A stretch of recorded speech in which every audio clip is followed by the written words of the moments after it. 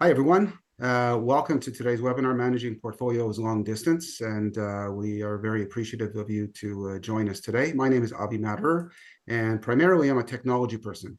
I have a background in venture capital, data analysis, and programming. I've been working with Mark and Financial Resource Network and 21st Century Advisors for a number of years now, and my specific focus with them is actually technical trading systems that Mark uses on a day-to-day basis to manage portfolios that he works with.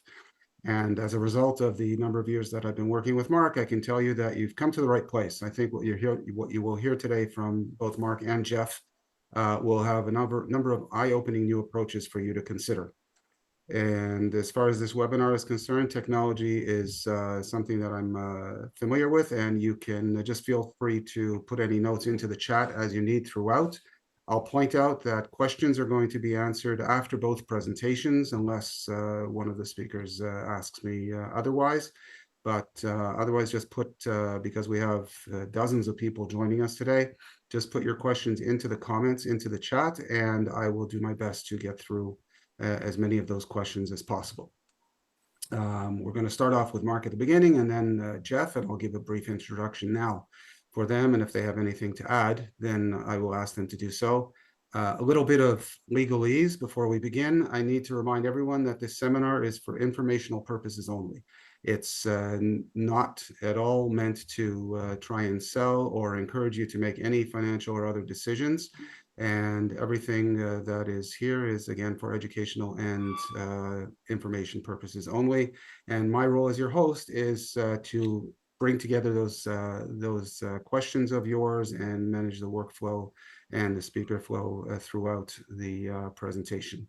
So without further ado, I'll give you a brief introduction to Mark. Mark Van Gelderen is our first presenter. As most of you already know, Mark has been doing financial education and consultation with people in Israel since 1992, including classes at many venues throughout Israel, primarily through the AACI and the Israel Center. Before making Aliyah, he taught personal finance at the graduate school level in the US since 1994. His topic today is, how do we handle the wild times and ensure our assets are safe? Jeff Finkelstein is joining us today as well, and he's our key presenter. And just a little bit about Jeff, and he'll talk about himself and his own background in his own presentation. After high school, Jeff from Toronto came as a volunteer to Israel, where he was assigned on the kibbutz along the Gaza border. And, as all of us sadly know today, that was near the festival site, the Nova Festival site that we all know of in today's Israel situation.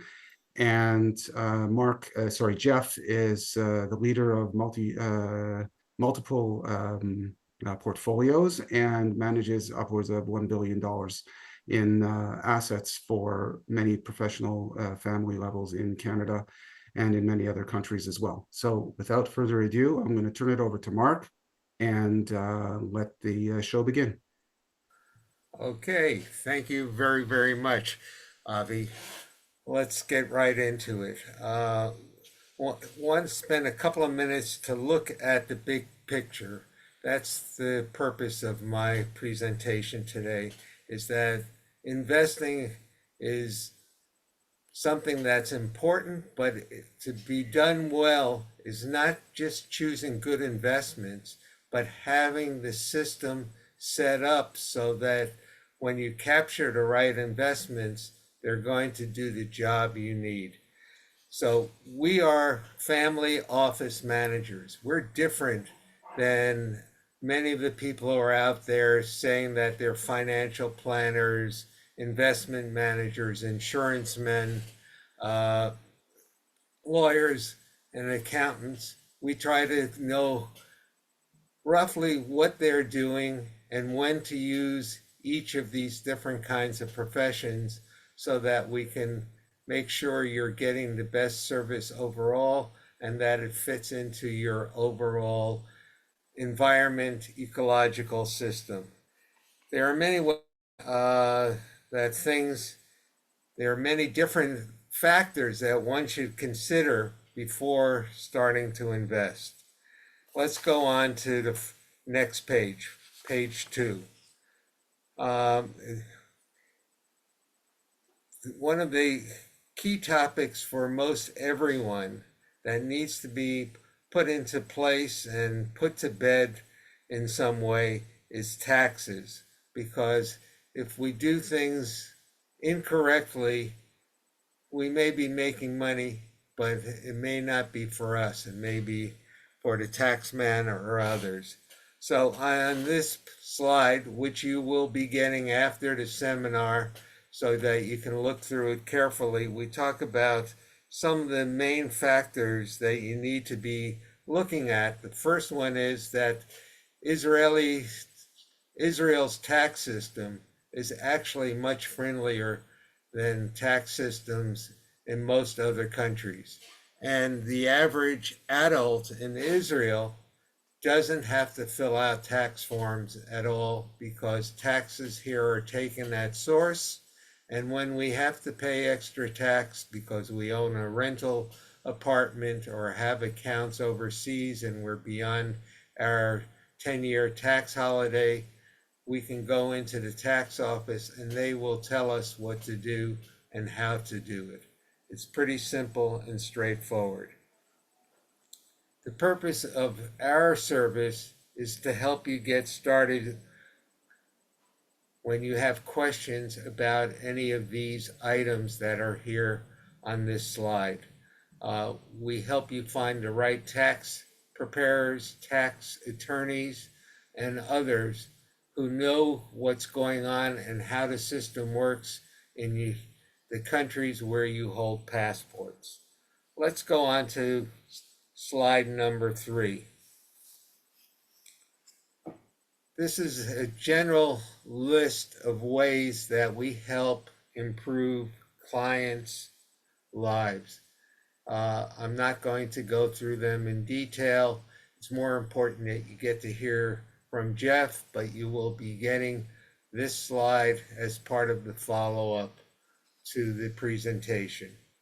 So let's go on to slide number 4. Tax planning, mitigation, and reporting. I just want to point out the last 2 items on this slide. Is there something I should be doing today that may simplify and reduce taxes and issues? One of our goals for our clients is to think through what's happening now and in the future, and if there are things that are going to change significantly in the future, what can we do today so that we can get the most benefit from them? Tax planning is part of it. It may have to be with ownership and other factors to consider. And the ultimate goal is to be able to sleep better at night and know that you are solving your problems, or you know how to go and organize things so that if you're ever attacked by a tax official or by someone who wants to get to your money through a lawsuit, you have properly planned for the future. Okay, let's go on to the next slide. How the Israeli tax system works. Many of you may not be here yet or have recently arrived or are worried because your 10 years of tax exemption is running out. So one of the things about the tax exemption for Olim that Olim very often don't sufficiently understand is that the tax exemption is only for accounts that are still outside of Israel. If you do investing um, or any other activity in Israel, like real estate, you are being taxed like any other Israeli. So there is no tax holiday from Israeli taxes, but there's a tax holiday for being taxed on anything that's going on outside of Israel. And just want to make sure everyone's aware of that. Um, okay, let's talk about banking and investment related taxation. They're in the middle of this screen. Uh, that's the way that Israel gets paid its taxes. Everything is taxed at source in Israel. Therefore, the average Israeli adult does not need to fill out any tax information forms at the end of the year because if all their activity is in Israel, the taxes were taken out as you got salary, as you received dividends, interest, capital gains, which in Hebrew is known as mas shevach, uh, and it's all done as it happens. Okay, let's see what else I wanted to tell you here. VA, there's two main tax collection agencies in Israel.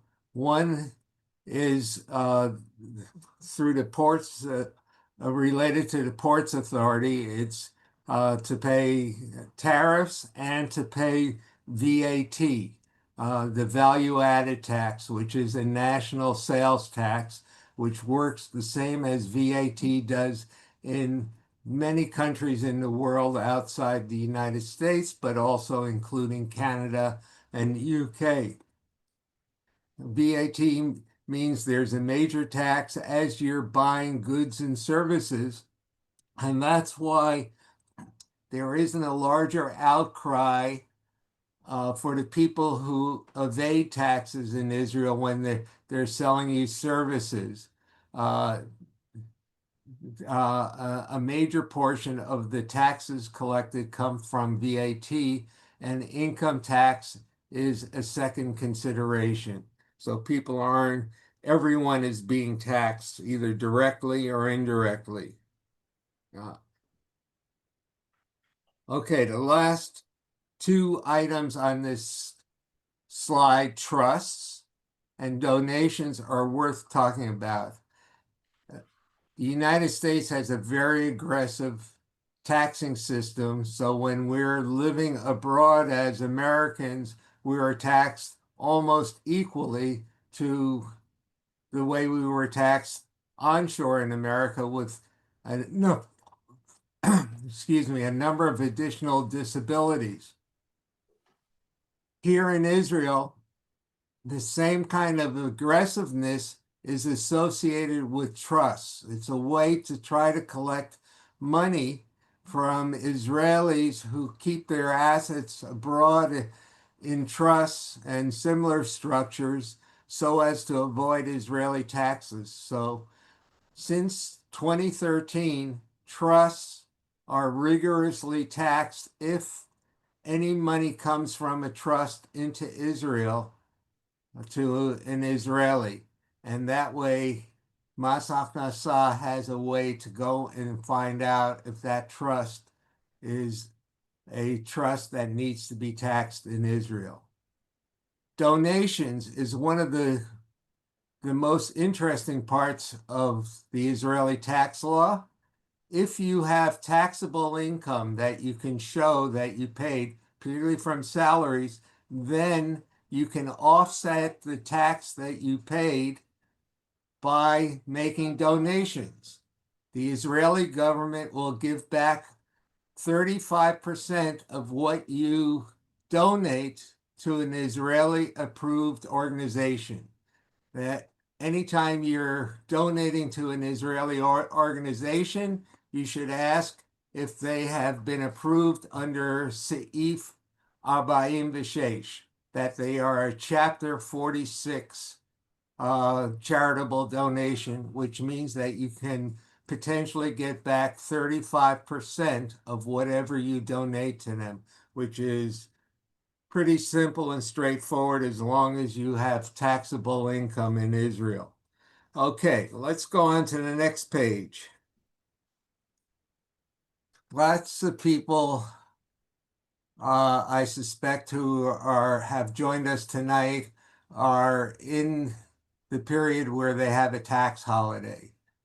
And one of the things that I think when you think about it, many Olim, particularly from North America or Australia or England, will find is that there are not major accounting organizations in Israel that are designed to go and provide help to individuals who owe taxes. And that's because the average individual in Israel doesn't owe taxes beyond what has been automatically taken out.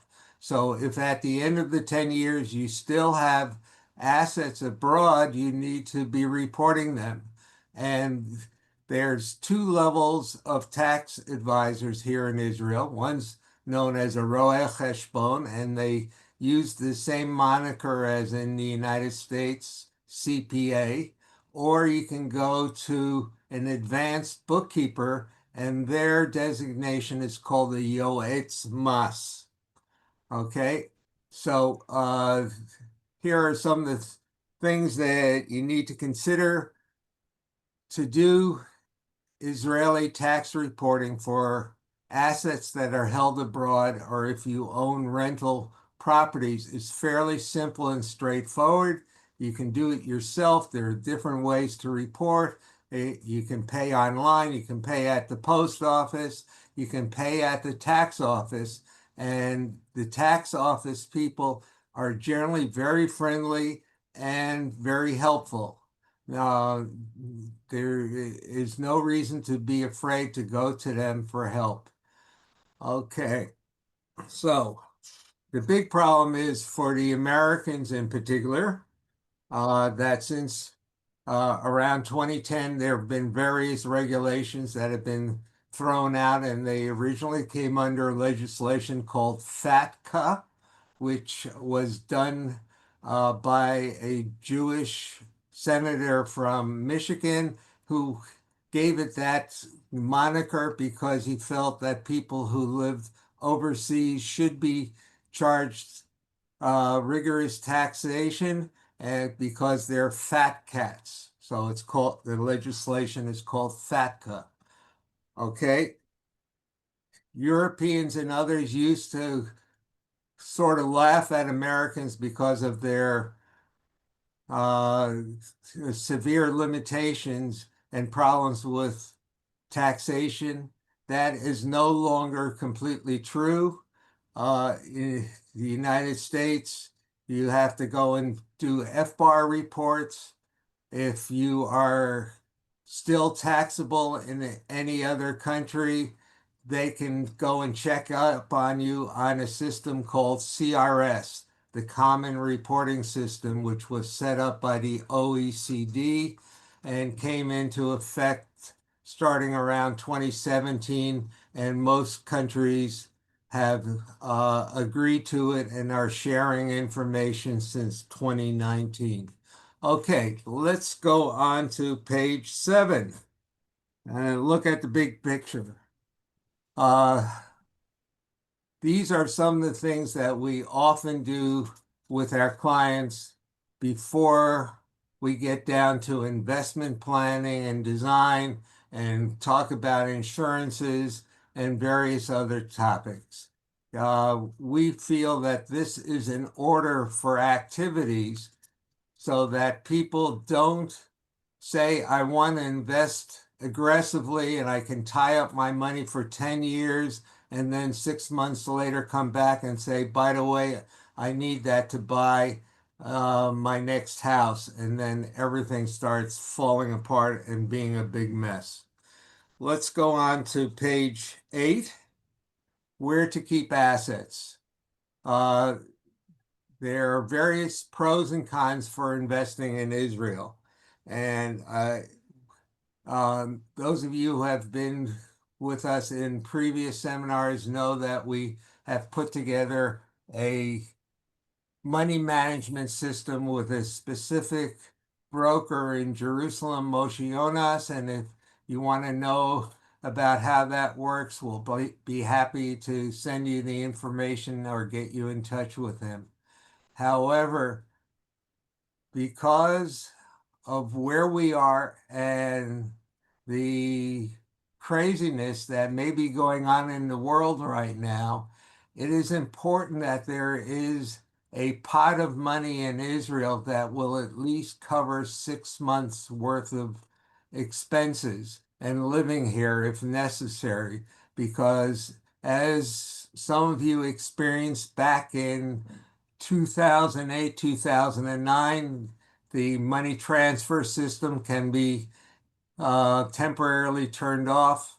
And that's certainly a tool that the Trump administration is looking at again, and there can be other problems. So it's important that where you live is where you have a pot of money for emergencies, and 6 months of living expenses makes sense for most people. For some more, for some less.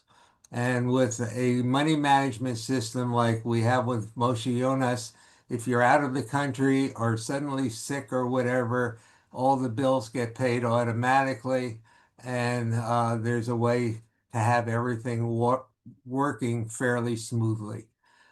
Uh, Now, the difference between investing in the United States and Israel is number one, what I hinted at earlier, that if you're in your 10-year tax holiday, there's a disadvantage to have your investments based in Israel because you'll have unnecessary taxation in Israel. Worse than that is that if you have a good asset manager here in Israel, they will want to keep a lot of the money in investments outside the country. So you're doing a needless merry-go-round, sending money into shekels, sending shekels back into dollars and euros, where you already probably have the means to keep things in one place. The other reason is that most Israeli securities that are worth uh, investing in, buying, have listings abroad. And as a result, you can buy the same security abroad at lower management costs because the Israeli brokers and asset managers generally are charging a higher fee than what you can do abroad. Just for instance, we work with Schwab, and there's no trading costs and virtually no day-to-day costs. Well, here in Israel, you wind up having to pay costs to your custodian, a bank, or a broker, plus pay for trading, plus pay for asset management. So, cost of operating an investment portfolio, unfortunately, is still much lower when it's done abroad. Okay, and as I've indicated here, investing to support the Israeli economy can be done just as easily and at lower cost from abroad than it often is able to be done here in Israel. Let's go to the next slide, number 9. Uh, for those of you who are not Americans and don't already have one, there's an a financial system in America called cash management accounts that allows you to do banking, investing, checking, and have a Visa card all against the same account. And virtually all of that is without daily or annual fees. And it's just much easier to organize. For those of you who have not been exposed to that, it's worth finding out more about it. We will send you some information about it in the follow-up to this seminar. Uh, let's see, there's one other thing I wanted to tell you. Um, we are able to open up investment accounts and bank accounts with the CMA accounts for virtually any nationality if they have an Israeli address or an address in 35 other approved countries. It also can be a business or a trust for some of you who may have needs for that. Um, uh, One of the advantages for someone who's outside the United States is that an American account can provide some of the best asset protection against lawsuits and other claims against your net worth of any jurisdiction in the world. Okay, let's go on to page 10. Uh, this will give you some idea of how our asset management arm works. It's called 21st Century Advisors. It works through regulated entities in the United States and in the UK. And we have internal strategies. And tonight you're going to hear about some of our external strategies. What we try to do for people who want to do their investing through 21st Century Advisors is to give them a modular investment system so that they can choose how they want to build it, who they want to have manage it. They can have multiple managers. They can have managers they've used before, but who never got approval to manage money in the United States or elsewhere. And we can fit your situation and needs to the various different structures that are out there. One last idea is that many of you are contemplating right now or have done because of the situation is don't sit on cash. If you're sitting on cash without putting it into a savings plan that gives higher interest rates, 4 to 5%, you're missing opportunities without adding significant additional risk. And we'll talk about that some more probably in the question and answer period. So let's go on to slide 11, which is investing for perpetual wealth. This is a slide that we've been using for many, many years, showing that procrastination does not pay off. A person starting at age 19 can invest for 8 years and with a 10% rate of average return, which is not unheard of, have $1 million by the time they reach age 65.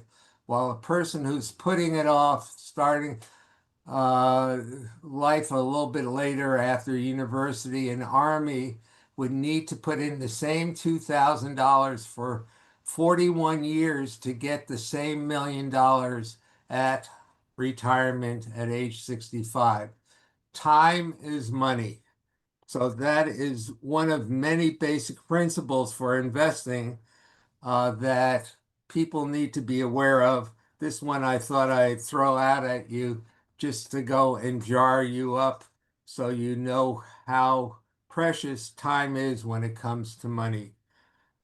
Okay, the next slide is number 12, and that ties directly into what you're going to be hearing in a couple of minutes. Uh, we have guest managers, and one of the guest managers that manages money for a number of our clients is Jeff from Toronto, Canada, and he manages over $1 billion.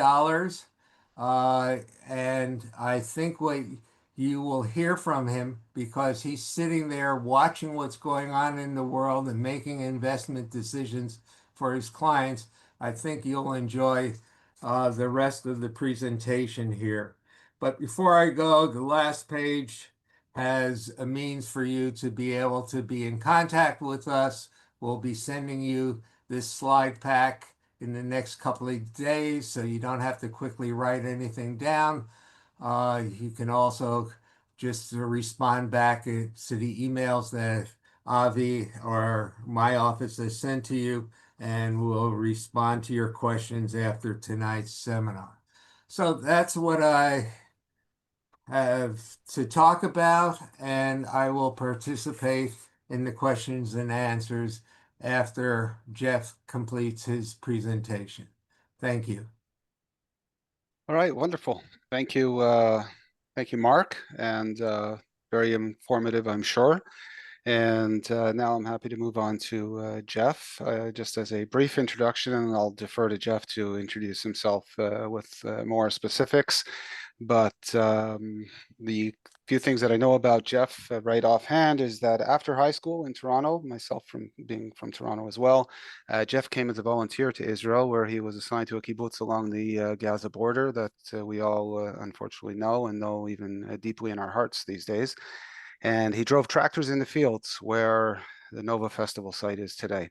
Um, After experiencing daily issues there with Israel and his experience there, he went back and sought a degree and achieved a degree in social work, and then moved on to finance later on in studies at the University of Toronto as well as York University. And Jeff, I'll hand it off to you for any further details you'd like to share. And in the meantime, I'm going to put up your presentation on the screen share.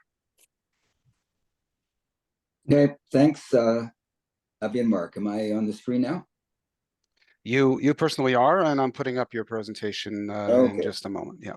Okay, everyone. Here's what you need to know about me for these purposes. I manage $1 billion. I've been a investor, portfolio manager for clients for 30 years. Before that, I was chief advisor in investments to the Premier of Ontario. I've done trade negotiations on the international level. I have clients mostly in Canada and the US. I have clients in Israel too.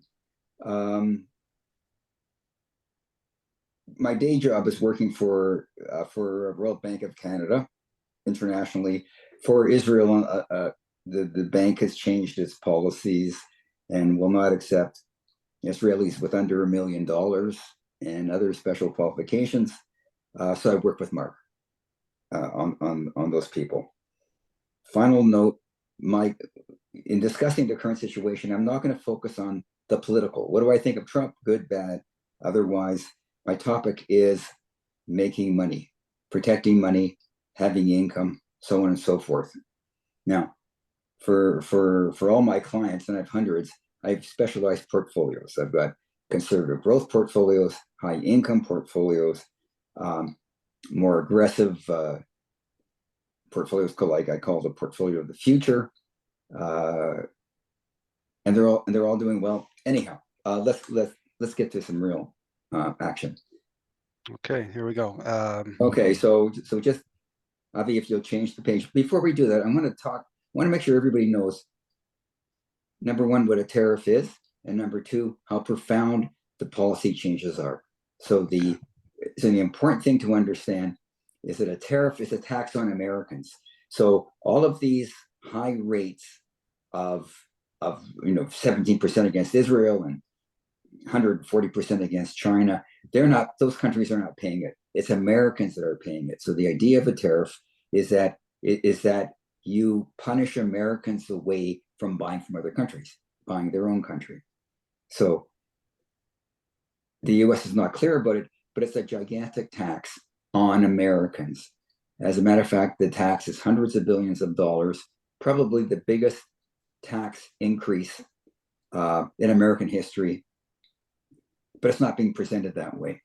So the advantage to people being the disadvantage is that their products won't be sold as easily because they'll be more expensive. But it doesn't cost you any money. It only costs money if your government decides to raise a counter tariff. But if your country does nothing, then it's the Americans who are paying for this. Now, if any questions come in during this process, I'm happy to be interrupted because I don't want. Okay. So I'll put those through to you. Not a problem. And just Jeff, I just want to make sure, just by show of hands, everyone can see the screen with Mark's slideshow. Yes, I see hands waving. Excellent. Okay. I'm gonna mute myself. If any questions come up, I'll interrupt. Okay, next slide. Watching and waiting. So that's now. How do I manage the money for all these people right now? Well, watching and waiting. We have not seen anything like this in our lifetime. So the big tariff regime, and it's a chart going back, showing the last time tariffs were this high, was not even in the 20. It goes all the way back to the 19th century, so right to the late 1800s. This is a method that has been disavowed, found ineffective by governments for the past more than 100 years, but it's being revised. It's being revived right now. That's a chart of how far back it goes. So potentially very damaging to the U.S. and damaging to people selling to the U.S. But it hasn't shown up so far, and that's what's confusing people. It hasn't shown up so far. American economy has still been ticking along. So there's a great deal of uncertainty now about how this thing will finally resolve itself. We don't know how the regimes will work out. The decisions are being made by one person only, President Trump. Everyone else is responding to his direction. We're not sure how workers are going to respond, businesses, families, et cetera, et cetera. Certainly in Canada and other countries, there's a big don't buy US kind of approach. We want to keep it home, build our countries. If the US wants to hurt us, they've been our allies for all these years, but if they're turning away from us, then okay, we turn away from them. So that's a very important dynamic that's going on. Next chart, please. Clashing tariff objectives. So it's hard to see. I'll speak to it. That the reason that tariff levels are not being set correctly or fully is because it has to balance off. You have to balance off a number of reasons. So what are the value of tariffs? They've got good points and bad points. Some of the good points from the US perspective, well, you want to get jobs back. You want to get the high priced manufacturing jobs, the car jobs, and the computer chip jobs, things like that. I'm not sure they want to get back every maker of $1 QP dolls or cheap socks, but they want to get all the jobs back. So that presumably works if you make everybody's imports more expensive. You want to open foreign markets to the US, so you lower your tariffs if the other countries do too. The president likes wins. They like to have advantages. He likes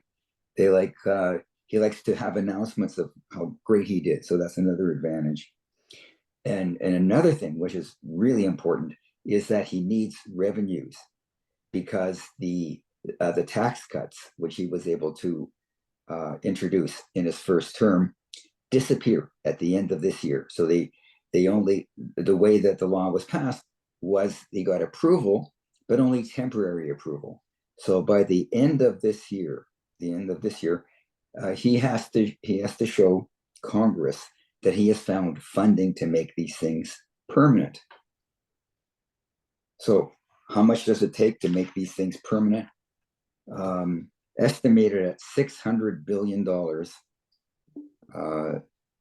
per year. That was a lot of money. Plus he added on a few more ideas of no tax for overtime, no tax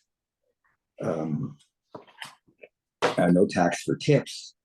So 600 billion plus. Where's the money going to come from? He does not want to raise taxes directly. So this is a circular way of coming around the back and raising taxes. Now, there's severe negatives to this too.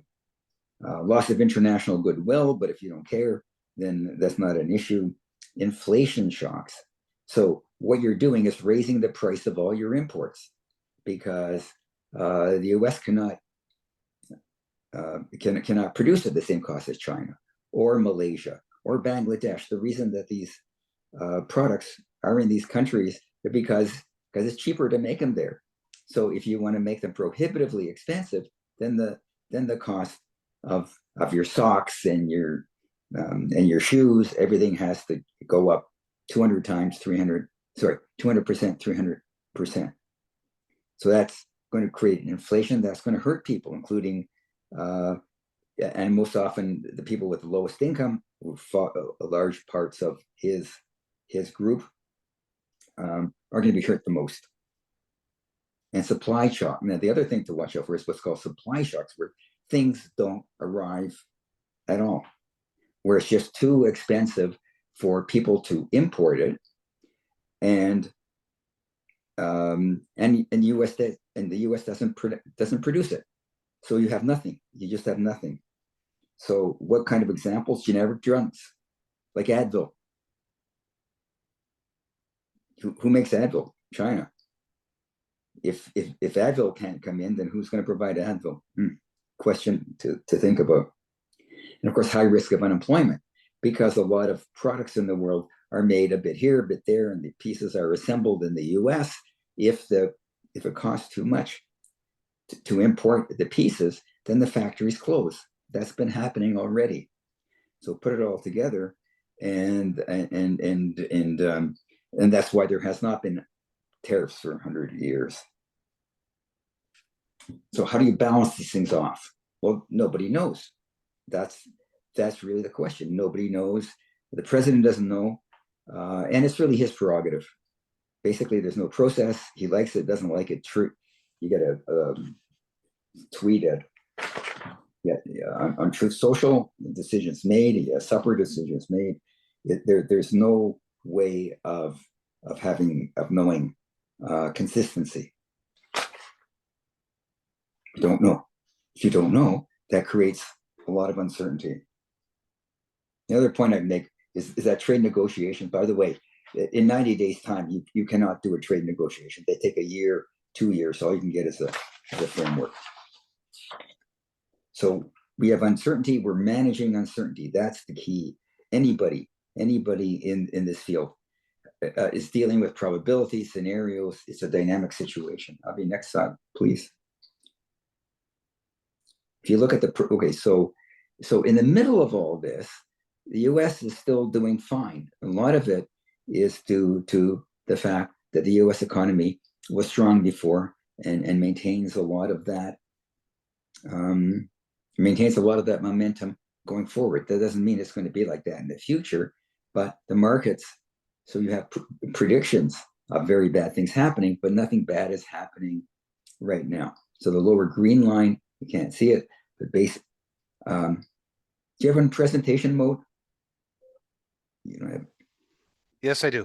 It's in full screen. Let's see if I can zoom Okay, in. do the 2 lines. No, presentation. You can't draw the lines though, right? No. Okay. I can. Do you want me to? I can No, switch okay. it So over to the look at the PowerPoint. lower line, the lower purple line over there. I can point with you. This one here. Okay, the lower purple line, that's the rate of layoffs going all the way back to 2013, 12, 13. up to 2013. So you can hear about Doge, you can hear about layoffs, you can hear about worries, but the fact is that the average, the American workforce is doing fine. Right. I mean, you can see COVID here, obviously. Yeah, that's COVID. Right? But But otherwise, basically layoffs are doing fine. Okay, next slide. What, Mark? Jeff, sorry. And this black line here Okay, is representing. those are quit rates. So Okay. what's a quit rate? A quit rate is the percentage of people who are quitting their jobs voluntarily. And why is that important? Because the assumption is that people quit they quit because they can get a better job. So the quit rate is a sign of a healthy economy. So put it all together, and you see that in fact the economy now is very healthy and continuing to be healthy at the present time. Okay. Okay, next slide. Oh, okay, those are the lines. Okay, now do those lines, please. Yeah, do the line on the slide before, these ones? No, go to the next one and then do the line. Okay, so this is the US. If you do those lines, then that's good. So you see, that's the US employment cost that's it. Good. Okay. So what that shows, so this is, they call it employment cost. From a worker's point of view, these are the average wage gains. So the average worker last year, or last quarter of the year, went up almost 1%. So the average worker is growing their wages by about 4% a year. So not only are people working, but they're making more money. This chart goes back to 21. So people talk about unemployment rates, but you look at employment rates, 96% of all workers are employed, and they're making good money. So, and they're spending it. So very healthy over here. So media can talk about how bad things are going to be, and they're bad for the people who are laid off. Great majority of workers are doing just fine. By the way, I looked at the Israeli numbers, and it's and very low unemployment in Israel too. So basically, a healthy economy. Next slide. Okay, could you do the two lines, Avi? There you go. Okay, so this chart it starts at 2018. The black line shows personal disposable income. That's it. So what it means is more people employed, making more money, you have more money to spend. That's the black line. Purple line says they're spending.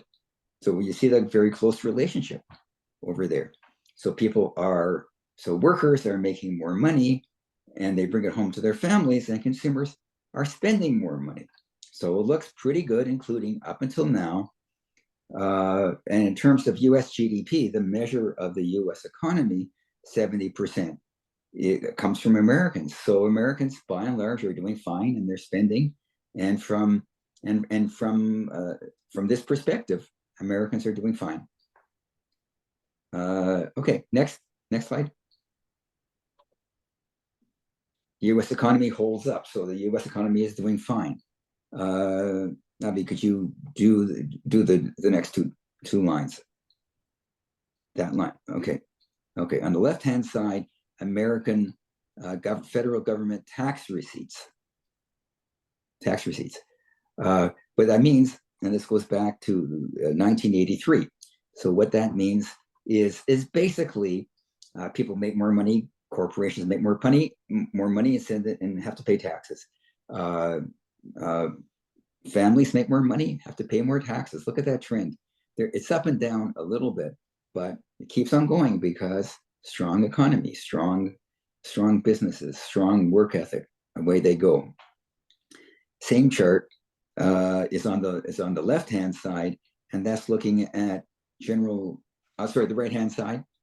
That's the purple stuff, basically showing GDP growth by quarter, going back about 8 years. And what it shows is that things are doing fine. We don't know what's going to happen with tariffs, but we do know that for the current time, things are doing well. Okay, I think that's last. Okay, next slide, please. Slide.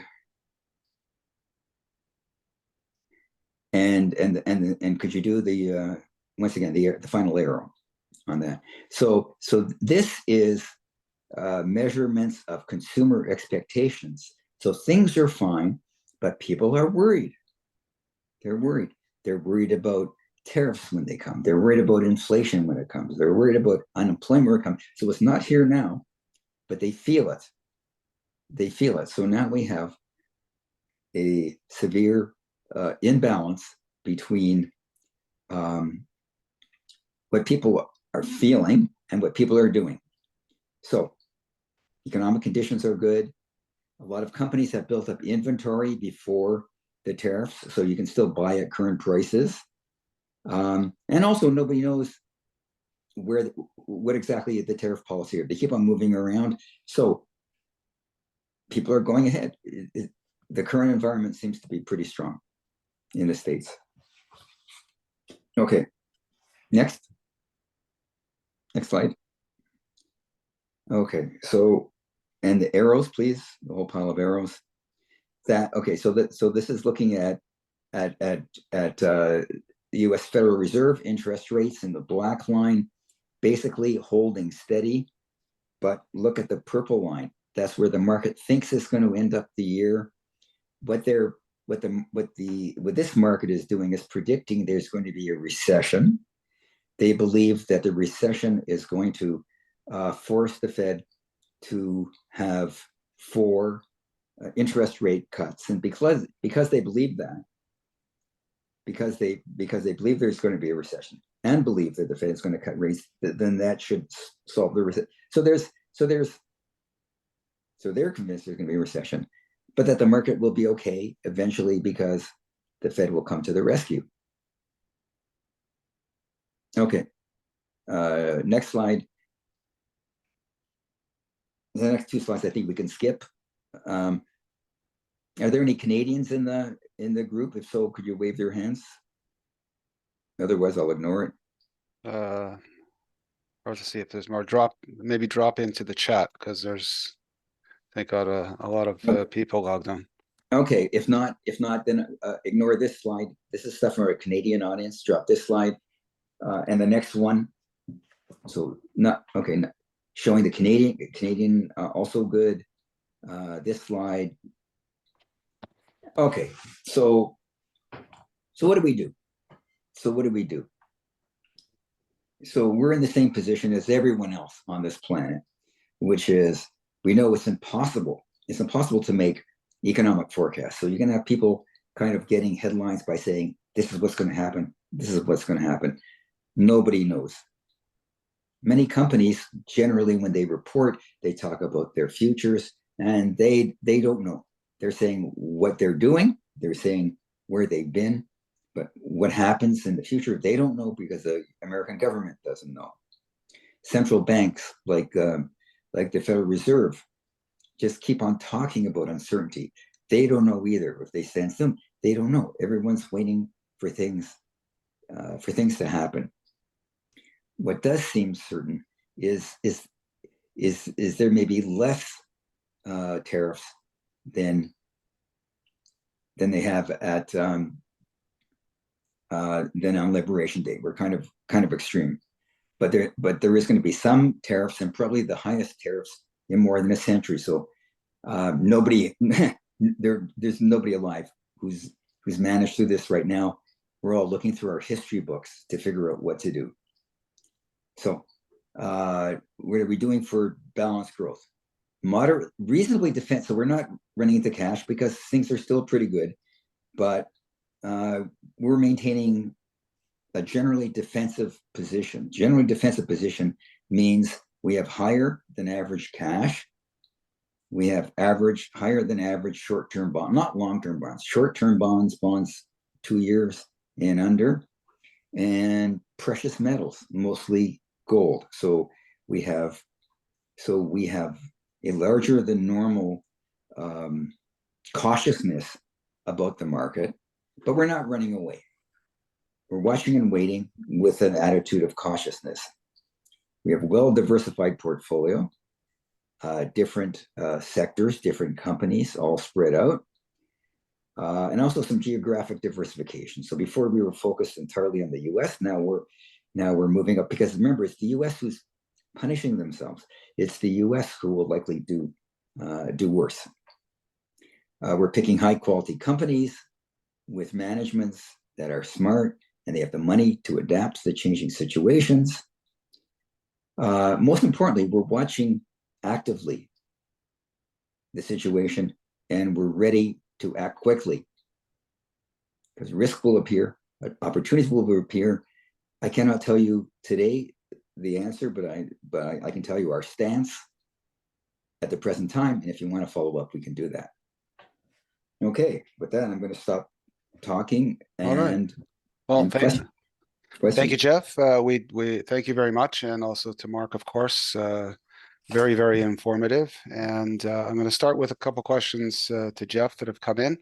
One is, I have a question actually from someone in the UK, and referring to, I'm going to scroll back in your presentation to the chart showing tax coming into the US government, and just stop me at the right. Taxes coming in? Oh yeah, okay. Go ahead. Further down. Further up or down? Sorry. Back? Back one. No. Oops. No. Go. Sorry. This is Actually, page 2. So more, keep on going that direction. I'll tell you when to stop. Next, next, next, next, next, next. Sorry, that one on the left-hand side. okay, so the question is if the chart takes into account inflation. I didn't get that. Could you try again? No. No, it that's does not. Okay, it's not a logarithmic. okay. And just an obvious question, someone asked quickly, and then I've got a longer question for you, Jeff. Is obviously we can distribute links to your periodic investment information afterwards in the follow-up email that we send out, and your contact information. Work through Mark. So I'm on Fine. LinkedIn. Fair enough. Okay. I work through Mark in Israel. Okay. I also have a LinkedIn site. Okay, perfect. So we'll go with that. And now here's it's a bit of a long-winded question, not saying that negatively, but here's the question. We're faced now with the following two this is one of the questions that came in actually through email earlier. We're faced now with the following two diametrically opposed perceptions of what will happen to financial assets in the US since Trump took office in January 25. One, that the US is on the brink of financial doomsday, quote unquote, and the other that financial sanity will prevail somehow in the weeks and months ahead of the US financial markets. They will recover and resume their normal course, the financial sanity recovery scenario. So the question is, based on the adage, hope for the best and prepare for the worst. So do I take my portfolio, invest 100% solid bonds, treasury plus mixed corporates, etc., or do I purposely take some kind of plan of action immediately and salvage the bulk of my assets for a doomsday scenario? Okay, so the answer is neither nor. I'm not an extremist person. I've been doing this for 30 years, and the United States is not going to go through this unscathed, and the United States is not going to disappear either. So if you look at my slide 12, I tell you I am relatively more defensive than I usually am, but I'm not like pulling my hair out and and running for the hills. I'm more defensive, and I'm watching. You can't make, but to go to either extreme is useless. Yeah. Okay. I will take that. Actually, someone asked a similar question in different words, so I'll just take that as an answer to them as well. It's really important. I noticed that, especially in Israel, that there's more, Noah's flood is coming kind of thought. Right. Part of the national psychology. Noah's flood is not. I mean, it came a long time ago, but it's not coming. There is it's the middle path, and watch it. All right. Here's a question to one or both of you, but I'll put it out to both Mark and Jeff. How to minimize my tax exposure here in Israel, given that my 10-year since Aliyah date is approaching? And two, related to that, is what are the cash in some or all of my private pension funds currently held in the UK specifically before the 10-year deadline? And if so, whether to send the cash to Israel for investing here in Israel or to reinvest in UK stocks or both? Okay. Mark, you want to take that? Okay, this is a good question to talk about. Let me start by telling the audience a secret. The UK government has taxes on pensions. However, if you live abroad, there's no tax on your UK pension. There's other countries doing the same thing. Why are they doing this?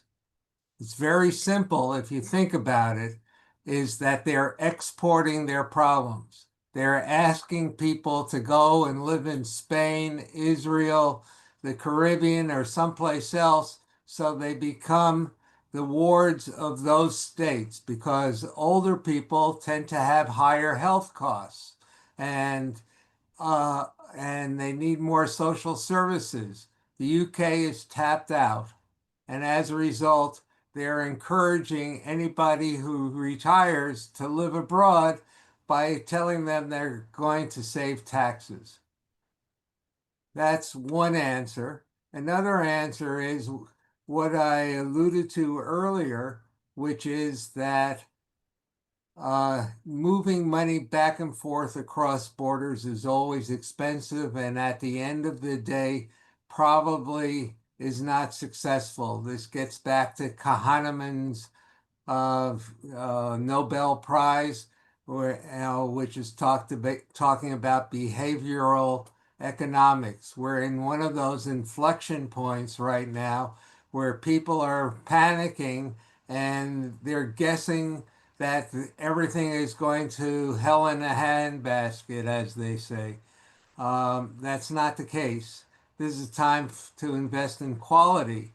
So instead of thinking about me and why I should panic tonight, think about the executives of major corporations, GM, IBM, Amazon, or whatever, and they're scratching their heads in the same way because they have responsibilities not only for their own future with their emoluments they get as heads of these corporations, but also to the investing public who invests in their shares, to all their employees, and to be able to stay open and continue doing what they have successfully done until now. So I find it more worthwhile to go and see what the big boys who have the staff and the insights are doing than to think that I can outjudge and outguess what's going to happen in the marketplace. Anything you want to add, Jeff? Yes. I would add that you should have a financial advisor look at your portfolio before the 10 years. You should take those capital gains now. So find someone you trust. It's really important that a month before your time is up, you need to that you get free capital gains this is the one time in your life you need to show your portfolio to somebody competent to make that decision. Okay, I have about 15 more minutes if there's more questions, by the way. But absolutely, you have to look at your portfolio and you have to take your capital gains. Keep your capital losses, take your capital gains. And Okay. after Jeff leaves, I'll explain that in a little bit more detail. Okay. So I have some more questions that have come in. One is if one of you could shed some light on items related to foreign account tax compliance and also Form 8938 Foreign Financial Assets Report. If either of you are familiar with such. That's Mark's area. Form 8938 is a U.S. tax form, and it ties in to the PFIC rules and so forth. They want to make sure that you're not invested in things that they can give you a punitive tax and so forth. And it's also, in case you're audited, that they have a better idea of what's going on to see if you lied about anything. Could I add something to that? I can add something to that. Okay. Please. So Americans can only buy American trusts, ETFs, and so forth. Once again, that needs to be reviewed because although Americans set up the PFIC rules to attack trusts held in Swiss banks, multi-billionaires doing trusts in Swiss, they actually include every non-American trust. So a REIT, a mutual fund, an ETF, those are all PFICs. So you need to have a manager who understands the difference between the two. Okay. Here's a short question for both of you. I'm curious myself and wondering if there's a long answer to this or not. Can you comment on the prospects for US dollar and shekel exchange rate? I can tell you that I would think the U.S. dollar is going to go down, and the reason for that is because the U.S. is burdening itself with all of these. They're burdening themselves with all of these a gigantic tax increase. So that will burden their economy, slower growth, and probably, like I said before, income tax, or sorry, interest rate cuts. So I would say U.S. dollar. As a matter of fact, the U.S. dollar has fallen against. There's a basket of of um, the U.S. of foreign currencies that the U.S. dollar is measured against, not just the shekel, but the euro and the pound and the dollar and a whole bunch of other currencies, and it's down 10% so far this year. So the rest of the world sees the U.S. as damaging themselves by putting all these high tariffs on themselves. Okay. Question out to both of you. Perhaps Jeff, you'd like to take this, and just considering the state of the stock market currently and what prospects are for it to either continue on a downtrend or recover in some sort of reasonable time frame. It depends on, well, like I was saying. In fact, the market has been recovering a little bit in the interim. It's been stabilizing at this rate. And remember, the market is more than, you're not, unless you're buying the index, then in fact you're buying particular companies. So you need a portfolio. Not all stocks go up and down at the same time. Energy stocks go one way, and utility stocks go another way, and technology stocks go another way. So really, the real question is how to blend those stocks, and also what country.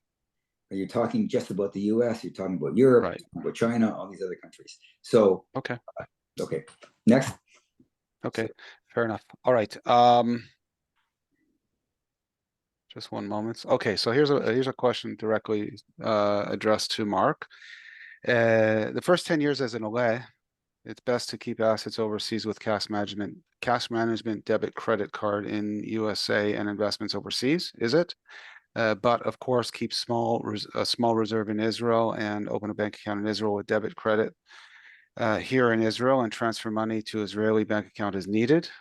Do you recommend a company to do that with, like Wise or XE for the transfers and the lowering of fees, and any other light you can shed on that as far as doing those types of transactions without fees? And is that a good strategy as far as movement of money and using of money and cash flow, I guess, is their question. Okay, so let's not fool ourselves. Anytime you're doing something with money, there's a cost. There's no way that anybody's giving you a free service. Uh, there's built-in costs. So money changers in Israel and all over the world say that they're not charging you a fee, but they're charging you a spread instead, meaning that there's a middle rate for the exchange rate, and they're marking it up anywhere from 1 to 3.5%, and that's their profit potentially, and that's without charging you a specific fee for using them. The banks in Israel mark up the currency exchange plus charge you a fee, and that's where the local money changers come out, providing a better service. Plus, the banks in Israel really don't like doing small amounts of exchange rate uh, for clients because the paperwork eats up all the profits that they have there and then some. So using local money changers for the transfer of over $5,000 minimum, probably a lot higher to make it worthwhile. It's worth using Wise and in some cases Revolut and other services. depends on what you're doing and how you're doing it. There's also specialized transfer agents here in Israel, like Isra Transfer, Isra Pay, ClearShift, etc., that one can use and work out a deal. But you're never getting anything for nothing because they have overhead. Someone has to pay the bills. So hopefully that's of some help. Is there something I forgot to mention there, Avi? Jeff or myself? No, not. No, Abby, I can take one more question. Could you, if there's another one addressed to me, I can do it now. Sure. There is a question, possibly to you, Jeff. Quite likely to Mark, but I'll put it out to you. I have a limited financial portfolio. I've been trying to not quote unquote sit on my cash, but I'm thwarted because I cannot use US programs like bank CDs, which require me to be a resident of the US. Is there a way I can get around this?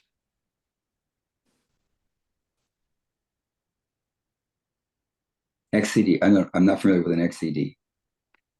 With a bank CD, Well, certificate bank of deposit. Certificate Yeah. of deposit. Probably that sounds like a personal answer.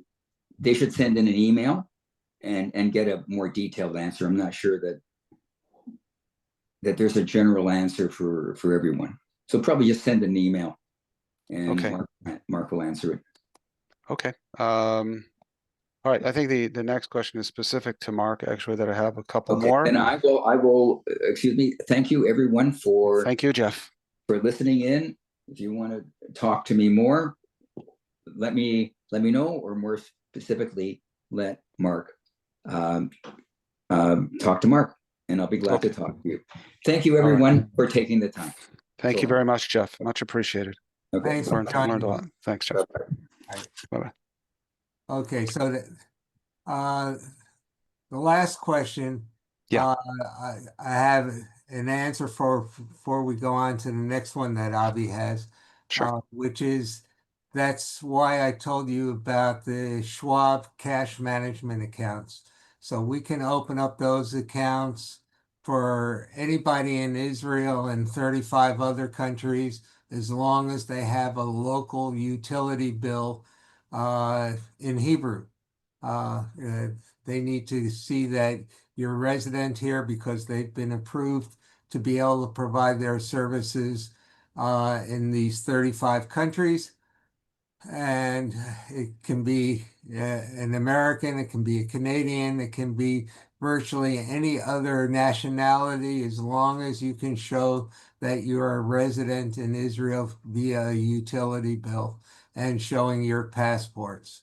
And it takes a few weeks to get the account opened, but we've done it for hundreds of people over the years, and it's not a problem.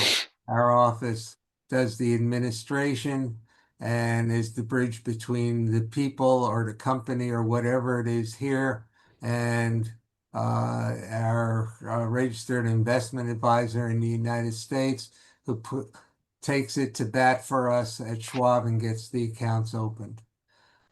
Okay, Avi. And that Mark would be inclusive or specific for someone that is not a resident of the US but wants to invest in American CDs? Yeah, as long as they are resident with a utility bill in one of the 35 countries where Schwab has gotten itself Relationship. approved, it's no problem. And Okay. Israel is one of them. Okay. Here's a next question, very specific to you. I'm pretty sure you're going to have some information on this. Is it correct that a US citizen living in Israel that collects a US Social Security does not have to pay tax on any of the Social Security income under Section 21 of the USA-Israel Income Tax Treaty? That is correct. Okay. The story that I've heard on that is that it was a typo when the treaty was put together, and neither the Knesset or the U.S. Senate or anybody who's supposed to advise them realized what they were doing, and that Israel is the only country in the world, including the United States, where Social Security is tax-free if you can prove that you live here. Okay. Okay. However, I should add one last thing is that there will be a revision at some point within the next 10 years of the tax treaty, and that will be wiped out. Okay. So then for now, for the next 10 years, as far as we know, not taxable. For the foreseeable future, yes. Okay. Okay.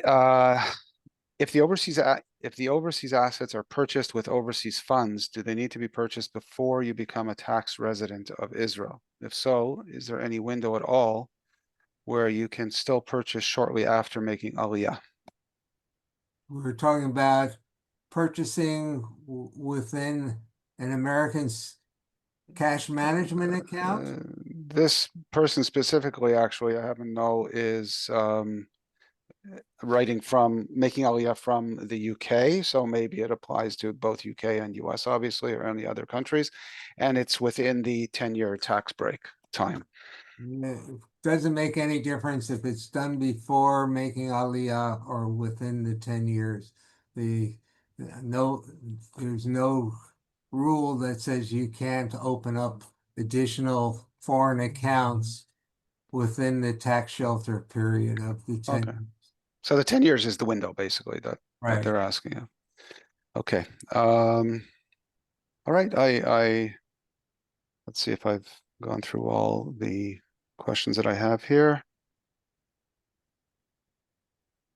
Well, if you're scrolling through, let me talk about something Please. that we talked about 10, 15 minutes ago. I Sure. want to make sure it's very clear. Jeff had said uh, to people that if they're finishing their 10-year tax holiday, that they should sell everything close to the end and then rebuy it. Or he meant to say that as well. So I want to explain to you why, how, and what this means. Uh, Israel, before explaining that, I'm going to explain to you something about the tax system in Israel. Uh, the regulations from Mas הכנסה, I'm told, is only a couple thousand pages altogether from the inception of the state. The tax regulations in the United States with the IRS is at the other extreme. It's well above 1 million pages. So the reason I'm telling you this is that the Israeli tax system is kept simple and it's based on other countries that are smaller and where people will have activities in across the border in other countries. So Israel was a territorial tax system until 2003. No one who was a citizen was legally allowed to have foreign bank accounts. Most people wound up doing it if they had entered the middle class or beyond. And then Israel was forced to become an international tax system, but at the time that it became an associate member of the European Union. Okay, hopefully everyone knows what that is and is aware that Israel is an associate of the European Union, the common market. And as a result, they had to change the tax laws in Israel so that they would work more or less the same way as they work in Europe, not the United States, but Europe. And part of that was to be able to make taxation worldwide if you were resident in Israel. If you're no longer resident in Israel and a citizen, there are rules for how many days you're allowed to be in Israel as a non-resident of Israel, and you don't have to worry about taxation to Israel, much like most other countries in the world. But Israel has, as part of its very simple tax system, a rule for capital gains. And this rule says that if you are given a gift, if you inherit something from a parent or a friend or whatever, and then you sell that thing, whether it's real estate, a diamond, shares, or whatever, your taxation is from point of origin, meaning from the person who originally bought it and then passed it on to you. And as a result, the amount that could be paid for capital gains tax in Israel can be very significant because it doesn't start anew when a person dies. It doesn't start anew when you receive a gift, etc. And that takes us back to the tax holiday, so that if you are continuing to own a brokerage account or perhaps even real estate, but there it's much more complicated. But let's just say a brokerage account, and it's getting to the end of your 10 years. Close to the end of the 10 years, you should sell everything in the account. And once it's sold, you can buy it back within a few days afterwards, because that reestablishes the counting for capital gains. And as a result, it'll be the price that it was close to the end of your OLEV rights, as opposed to when you bought it 30 years ago. And it will make a big difference when eventually you or an heir will sell that asset. Just to give you another insight, that Israel doesn't have an estate or death tax or whatever, but this capital gains works in its place. However, there is a way to avoid the capital gains upon somebody's death completely, and that is cash has no capital gains tax. So if at the time of someone's passing, their assets are in cash, that means that the money that's received from the estate will be without any kind of mas shevach. So if the estate, if the part of the value of that estate is in real estate, for example, then that would be taxed It at the would, moment of death. yeah, yeah. Uh-huh. Okay. Okay, but you need to remember that Israeli taxation is in many ways less regressive than American and European taxation. Is that the capital gains tax, for the most part, is 25%. However, if it's an asset that's been owned for many years, there were years when the capital gains tax in Israel was higher and years where it was lower, and you need a Yoetz Mas or some other expert to figure out what really is the capital gains. And with a well thought out study, you can save money on expensive exchanges, like when you inherit a piece of real estate and then need to sell it. Is there an aspect of unrealized gains as well? Let's say stocks and other things that fluctuate. Well, it's just based on whatever the price was on the day it was originally bought and on the day it was sold. So Has when it's sold, right? with a So it's tax event. There's not like in the United States and other countries where you can get credits or certain benefits. It's all very straightforward and simple math. so if someone inherits, let's say a portfolio of stocks, and those stocks have not been sold, are they going to be taxed on the value on the death date, or are they going to be taxed on the value when the assets are sold? They are going to be taxed based on when they were originally bought compared to the day on which they were sold. Sold, not inherited. Right. So if the person Inherited on inheriting keeps them for another 10 years, it'll be on that sale date. right. Yeah. Okay. So That's there's why I a explained it as the gift. It's all part of the gift tax okay. system here. Question came in which country do you advise setting up a trust to minimize taxes, Israel or US?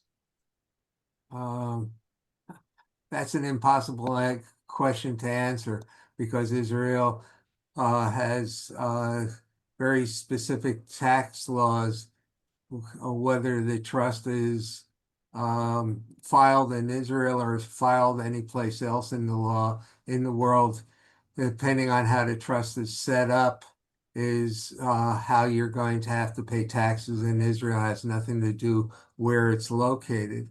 The uh, tax, if there's significant money in the trust, you need to go to a tax lawyer who has experience with this because there's ways to avoid tax or reduce taxes if you plan ahead properly. And we can send you to people that we know are trustworthy. Okay. I don't have any other questions that have come in. You want to add anything, Mark, or? Uh,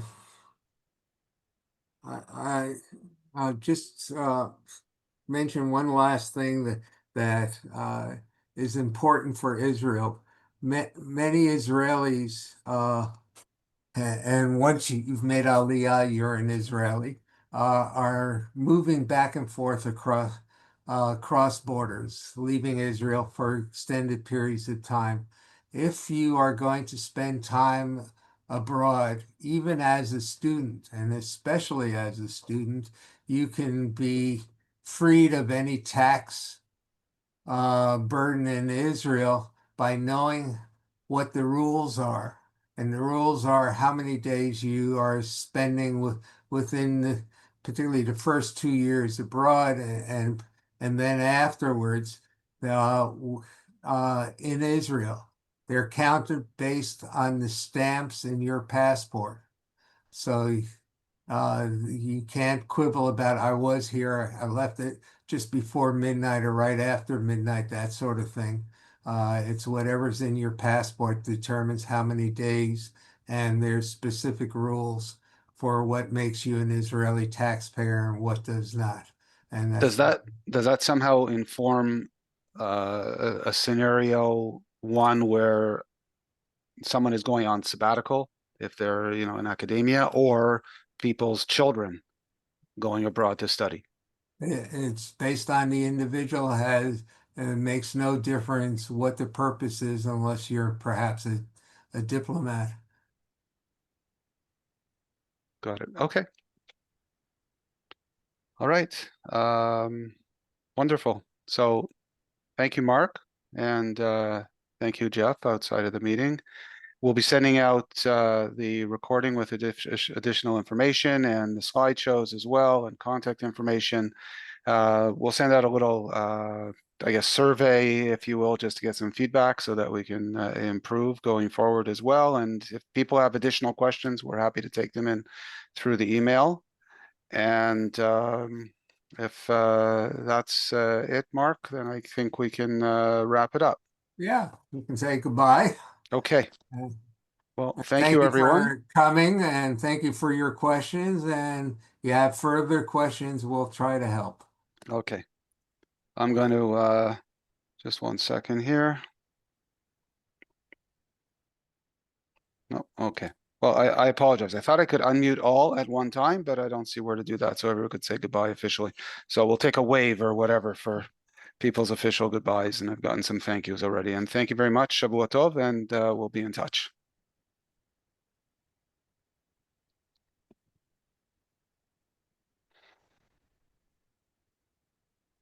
Okay. Disconnect.